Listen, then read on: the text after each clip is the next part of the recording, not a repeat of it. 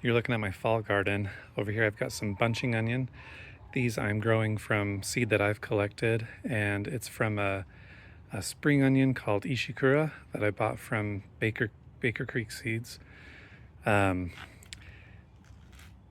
over here I've got some soil blocks. These are the mini size, and I've got four blocks of lettuce and 2 blocks of turnip.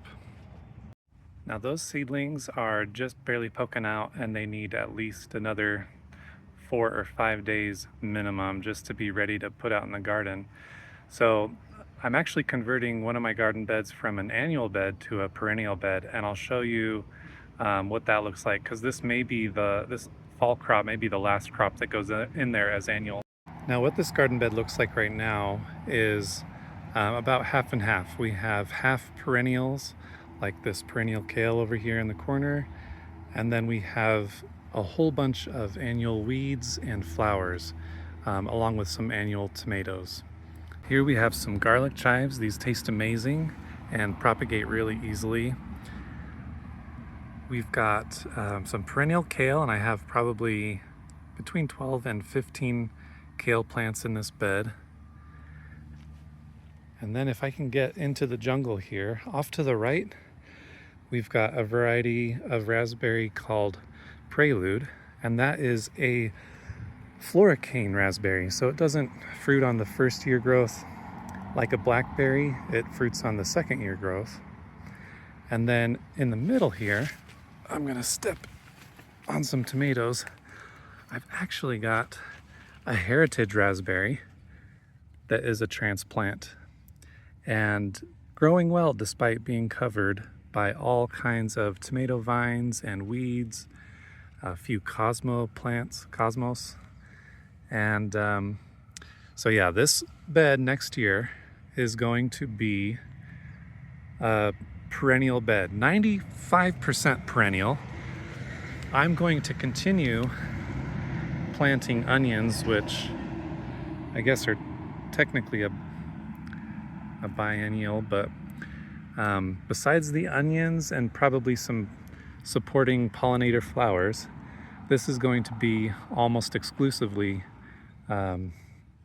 perennial bed. So besides the raspberries and perennial kale, I've also got Jerusalem artichoke or sunchoke. These are going to be a support species primarily, offering shade during those hot summer months and also offering food through the tubers.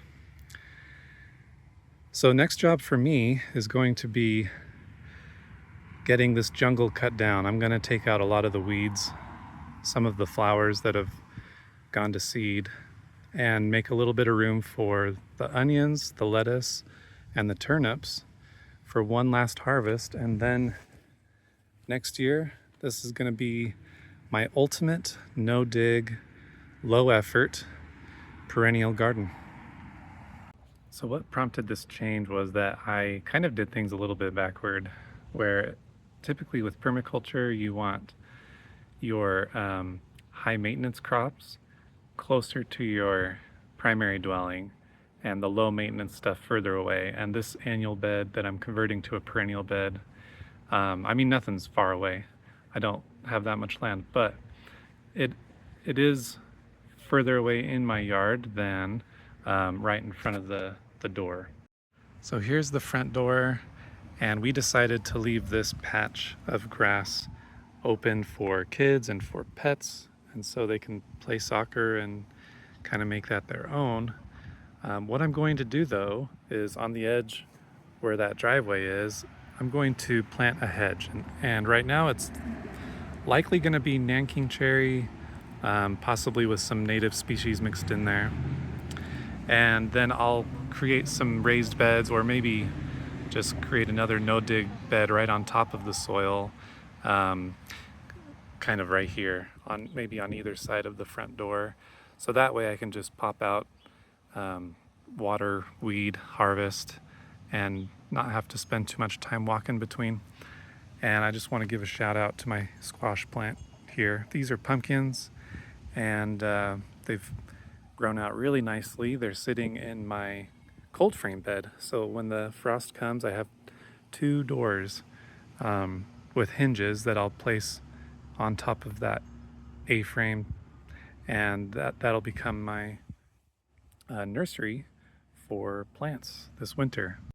Anyway, there's some big changes coming, and I'm really excited about it. We'll see how they pan out. And yeah, thanks for watching.